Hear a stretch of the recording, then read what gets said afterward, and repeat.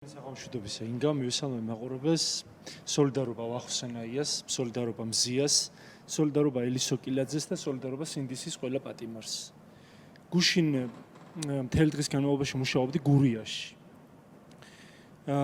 იცით რომ სინდისის პატიმრების ოჯახის წევრები რეგიონებში დადიან მოსახლეობას ხვდებიან, გაზეთებს არიგებენ, სადაც მათი შვილების, ქმრების, ოჯახის სხვა წევრების წერილებია დაბეჭდილი მათი საქმეების შესახებ.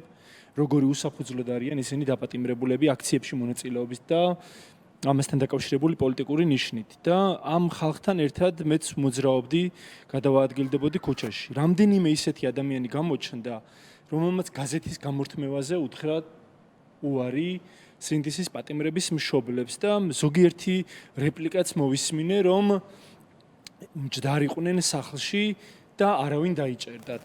თავარია მშვიდობაა. ხო და გუშინ როდესაც შეგვეხმიანა თქვენი წარმომადგენელი ეთერში მოსვლისთვის, აი მალევე მოხდა ეს აი ამ სიტყვების საკუთარი ყურებით მოსმენის შემდეგ დღესაღამოს დრო რომ მომეცა სამსახურში. რამდენიმე სტატისტიკური მონაცემი ამოვწერე, ამ სტატისტიკის უკან ადამიანები მათი სიცოცხლე და ჯანმრთელობა დგას.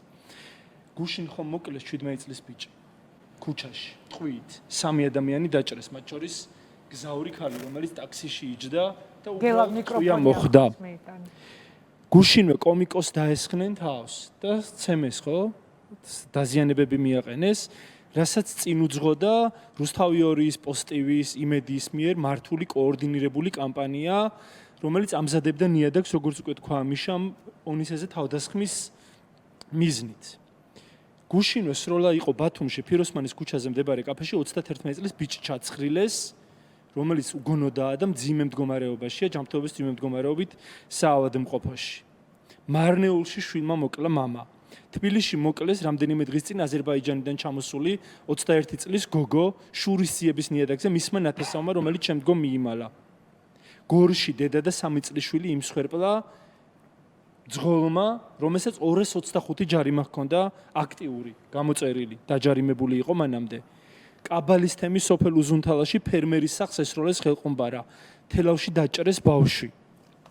სროლა იყო დაჭრეს, ყოველდღე გვესმის ჩვენ, ანუ ქუჩაში რომ გავალთ, არაფრით აღარ ვართ დაწული, რომც არავინ გვემუქრებოდეს ჩვენი პროფესიული საზოგადოებრივი საქმიანობის გამო, შეიძლება არაფერს წარმოადგენდი, არანაირი სტატუსი არ გქონდეს, არც აპროტესტებდი, არც პროტესტის მონაწილე არ იყო, ხმა არ გქონდეს არასოდეს ამოღებული და ტყვია მოგხდეს, იმიტომ რომ ღამით, დღისით ყოველთვის არის ეს სროლა, ყველგან, ყველა ქალაქში, მხოლოდ დედაქალაქში ხო არა, ყველგან. ხო და იმ ადამიანებს, რომლებიც გუშინ სინდისის პატიმრების დედებს და ოჯახის წევრებს ეუბნებოდნენ, რომ მშვიდობაა.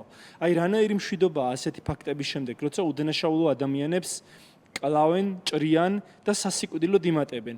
რანაირი მშვიდობაა, როდესაც 8000-ზე მეტი ავტოსაგზაო შემთხვევაა ბოლო 1 წელში მომხდარი და 500-ზე მეტი ადამიანია დაღუპული და კიდევ უფრო მეტი ადამიანია დაშავებული.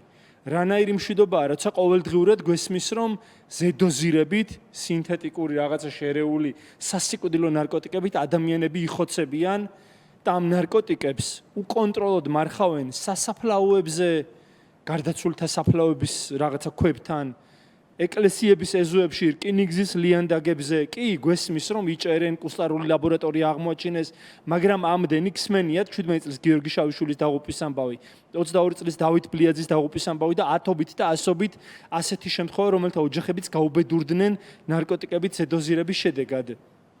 და ყველაზე მთავარი, სააფთიაქო ნარკომანიის საქმეზე 53 მილიონი ლარის ღირებულების უკონტროლო ფსიქოტროპული ნივთიერებებით ვაჭრობის საქმეზე დაკავებულია ჯანდაცვის მინისტრის პირველი მოადგილე ილია მხეიძე ორგანიზებულ ჯგუფთან ერთად. ეს რანაირი მშვიდობაა. თქვენი შვილი უნდა მოკლან ან მოკვდეს ნარკოტიკების ზედოზირებით, რომ მიხვდეთ, რომ ეს მშვიდობა არ არის? ეს არ არის მშვიდობა.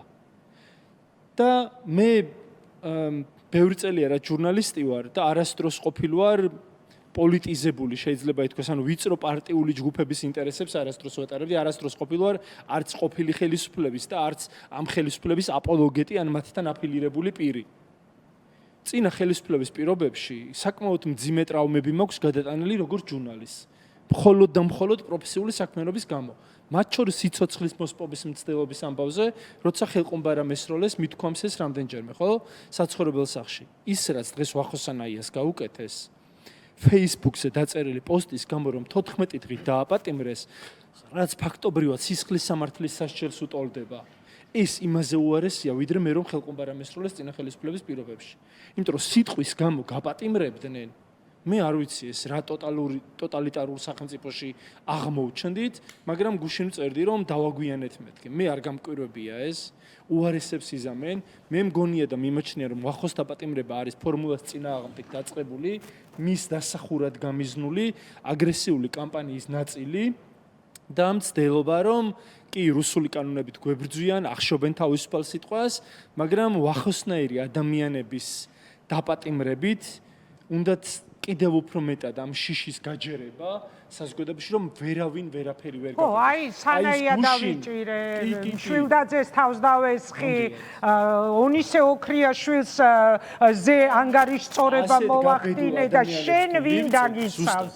შენ ვინ არ შეგეხება? იცი რა არის? ეს არის საყოველთაო შიშის დაფუძნებისა და დასადგურების მიზანი. ხო